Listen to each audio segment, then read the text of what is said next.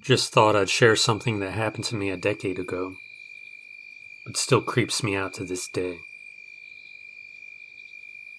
Being 9 at the time, I was living in Southeast Asia with my family. My mom had to head off to work early, so I tagged along.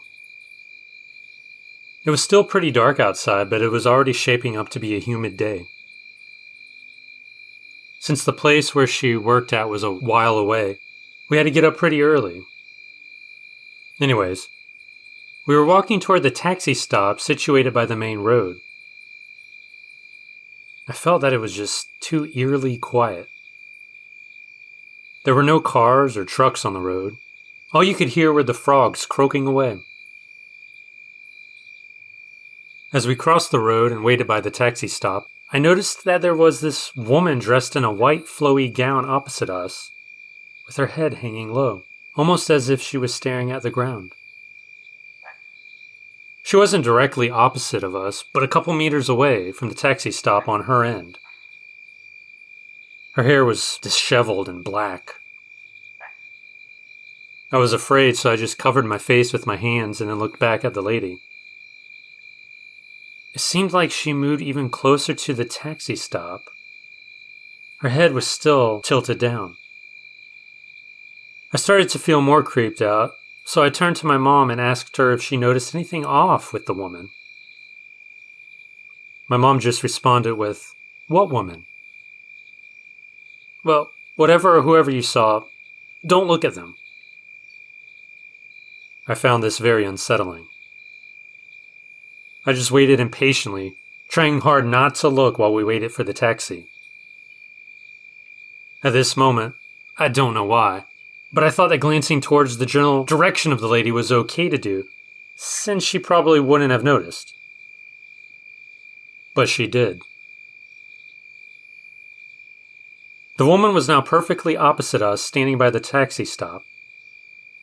She looked up and moved her hand, like she was waving. To me. Her hair covered her face, so it was difficult to see her expression. The taxi soon arrived, and as Mom and I got inside and settled ourselves, I looked out the window, and the lady wasn't there anymore. There was just a lonely-looking taxi stop.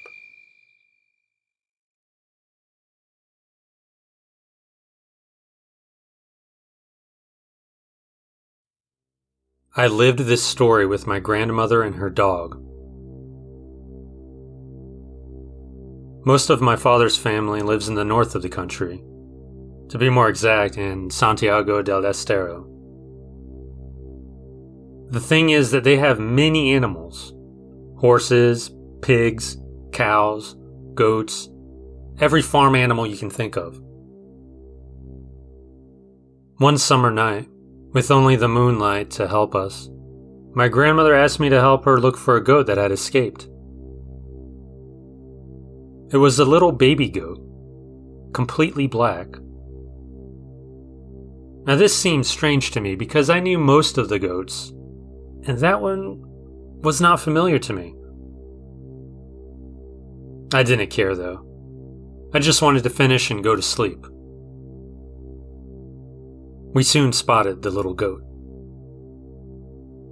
The strange thing is that every time we got closer to it, the goat was farther and farther away. Suddenly, we began to hear music. It came from those smaller mountains.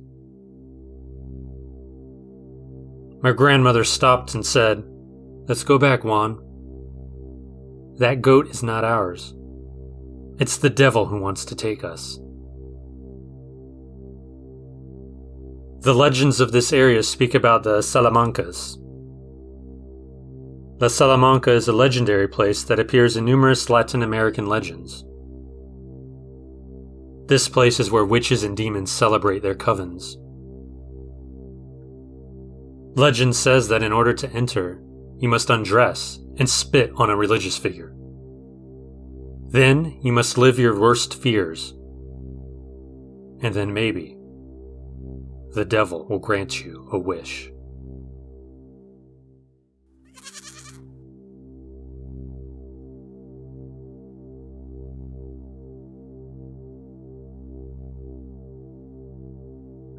I am from Argentina, and I went to visit my family that lives in the north of the country.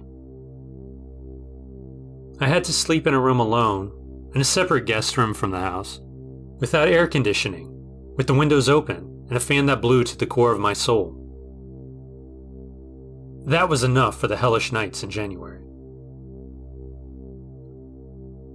One night, I was sleeping like a baby when I woke up to the smell of bad tobacco.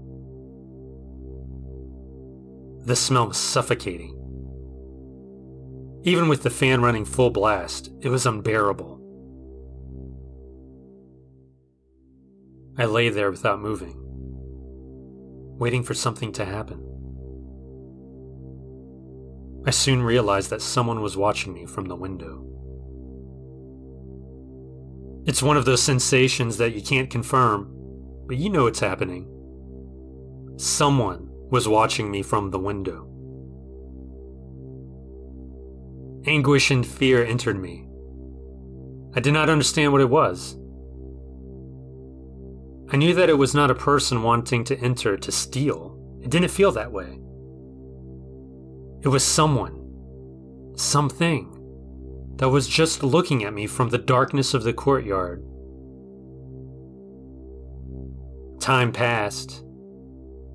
They did not leave. Neither did the foul smell, nor the sensation of being watched. Anguish and fear turned to terror. Without moving a muscle, I began to pray. My family is very religious, so it came quite naturally for me to pray. I'm an atheist, but fear overcame me. After a while, the smell completely disappeared. The sensation of someone looking at me disappeared also. I got up and turned on the patio lights. I didn't see anyone or anything. The next day, I went out to take a good look at the patio. At my window, in the ground, odd footprints. And lying in the yard, a wooden pipe.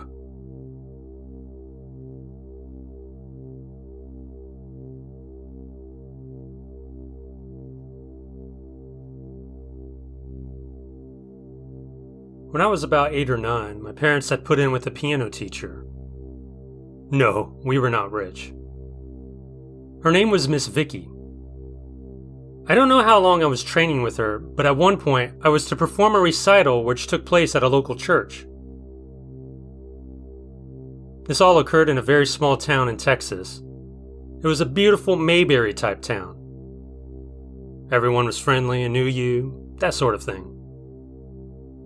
This recital took place at a church. This place was packed full of people, all wanting to see their children perform. Some children sang, played instruments, or both. I was on the side of the stage, in a little room with many other kids. All of us were dressed like we were in a church service. I was nervous. I didn't know anybody. Standing in line, I would watch the other kids perform and bow. The line grew shorter. It got closer to my turn. I was about 4 kids away when I began wondering what we were supposed to do after we performed. Like, where do we go? I started watching what the other kids did.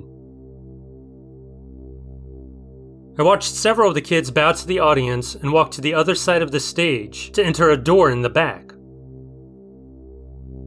I know for a fact I saw at least 3 people do that. My turn comes. With butterflies in my stomach, I walked on stage, sat in front of the piano, and performed the most basic ode to joy you ever heard. When I was done, I faced the audience as they applauded. I then walked to the other side of the stage, where I saw the other kids go, and I opened the door and saw something I did not expect. Over the years, I wonder if I stepped through to another dimension or saw something I wasn't supposed to see. Regardless of the reason, what I saw was not normal. Standing in this small room, no larger than an average bedroom, with no other way out, stood an elephant. Or at least, I think it was an elephant. It was covered in colorful streamers. It was huge, and there was no way it could have gotten in there, or out, without a wall to have been broken down. That's not all I saw, though. There were two kids. One on the right, standing on the floor, and one to the left of the elephant. That one was up higher, like he was standing on a ladder. I can't quite describe what the kids were wearing, but it was odd. The closest thing I can come up with is that they looked like the elves in Disney's The Santa Claus. But even that's not right. Both of these kids looked at me bewildered. They didn't seem angry or upset, but were just as shocked to see me as I was them. That was when I realized that none of the kids I saw go into this room were there. I closed the door and was faced with the laughing audience of my unintentional comedy. Afterwards, I told my parents what I saw, but they seemed to brush it off as a wild imagination. Years later, when I was in my mid-20s, when DVD was the thing but we had all of our home videos on VHS, my mother found the recital video. We watched it. I kept looking at the door. Even after all these years later, I knew what was behind it, and how no one believed me. When I saw myself perform, I cringed at my hair and clothes. I watched myself go to that door, open it, and almost immediately close it. I turned around and my face showed confusion and shock. It seemed I looked into that room a lot longer than a couple of seconds, but maybe time stood still or something. I don't know. I could hear my parents laughing behind the camera. The weirdest thing about that video, though, I saw none of the kids walk into the room like I had. I was in shock. There was no other reason for me to go through that door. None.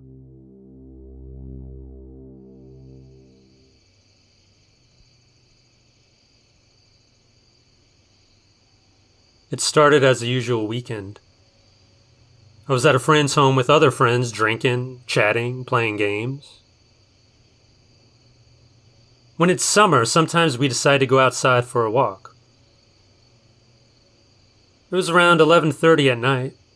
Cloudy, but you could still easily see where you were going. We live in a countryside place, but not too much away from the nearest city. It's the typical Tuscany landscape. Anyway, we take the usual dirt road that's in front of the house. As we walk down this road, a friend, let's call him M, goes a bit further than us with another friend.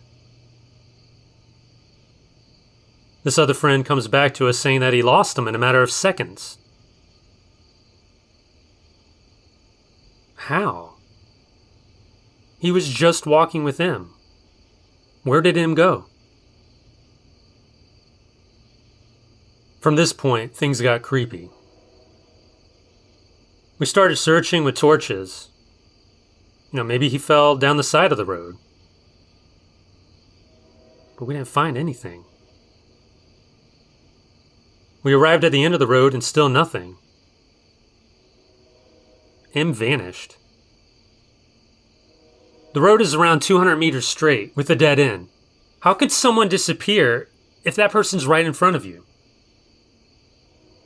Okay, well, maybe he circled back around. Maybe he went home. Half of our group backtracked to the house to check. Me and two other friends remained at the dead end. We soon got text messages that M was not home. We decided to go back home. Halfway down the road, M reappeared from the road, running towards us. First, we thought he was pulling a joke on us. But no.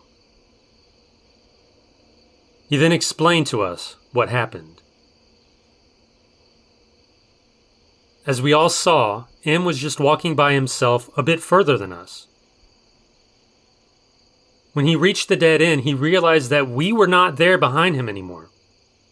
No torchlights, no voices, nothing. From his point of view, we were the ones who vanished. He backtracked home, but there was no one there. So then, he went back to the dead end. 3 times he did this. Back home, back to the dead end, back home, back to the dead end, and nothing. We live in this place. We would know exactly where we were with our eyes closed. There are no similar roads nearby, and it's literally impossible to miss each other on a straight road. How did any of this happen? We thought about it all night, searching for some kind of explanation, but how can you explain it? That night still haunts me.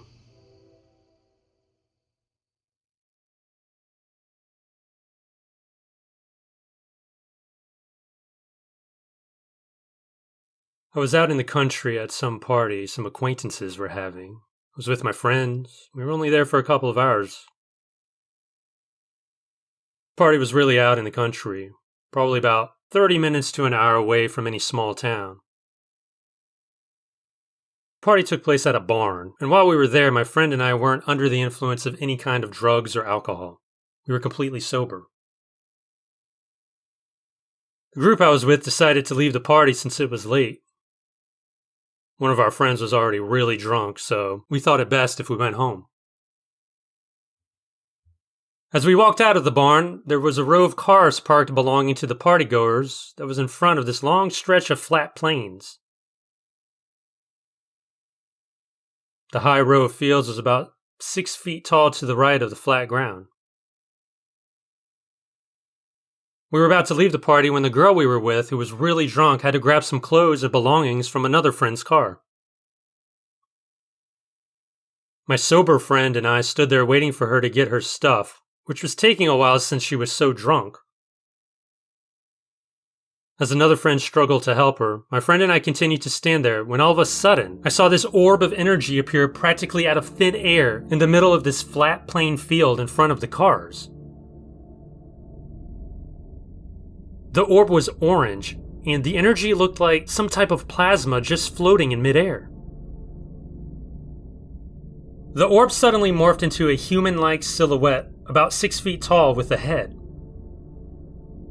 It was also orange, and the energy was flowing inside the silhouette like it was circulating and moving around.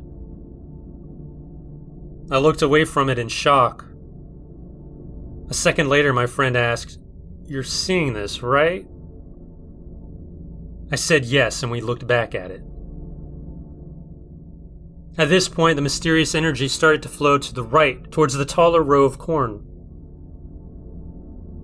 The ghost-like entity took about 30 seconds to reach the taller field, and as soon as it reached that part, it condensed into itself into a small ball and resumed moving into the tall grass out of sight. My friend and I were at a loss of words. We just kept repeating what we just saw. Our intoxicated friends were still rummaging through their friend's car for the belongings. There were about 15 people outside when this happened, all drunk, not paying attention to what just happened. Moments later, a kid approached me who I knew but never talked to in my life. He struck up small talk with me, but the conversation ended pretty quickly. Nothing too important. This may be related to what we just saw, but about 3 months later, the kid who approached me died of an accidental gunshot wound. I thought this wasn't only tragic, but oddly coincidental. After the kid walked away, our 2 other friends finally got their stuff and were ready to leave. As we got into our car, one of my friends opened her door to puke more. We were stuck there for a few more minutes. My sober friend was in the driver's seat and I was in the passenger seat. We were still stunned by what we witnessed. Out of nowhere, there were these huge bright headlights turned on about a foot from our car. They illuminated what looked like to be a giant monster truck-sized pickup truck directly facing our car. It was elevated high off the ground due to its large size. We looked up the driver's side of the pickup, puzzled. Puzzled because we didn't see anybody driving the truck. Meanwhile, our 2 drunk friends were outside of the car puking, not looking at this unoccupied vehicle. My friend and I stared onward at the truck as it started reversing straight back into the plain field. It continued backing up until it drove out of sight. After the truck disappeared, my friend and I looked at each other again and just couldn't believe it. We just kept asking, "What was that?" for a minute until our 2 friends got back in the car. We asked them if they saw any of what we just saw, and they said no. They said we were just seeing things. To this day, my friend and I cannot explain what happened that night. Nobody at the party reported seeing anything strange. Was the orb turned humanoid figure some type of ghost or interdimensional being? Was the giant truck appearing out of thin air some type of ghost vehicle? Or was the whole ordeal some kind of shared hallucination my friend and I both experienced while completely sober?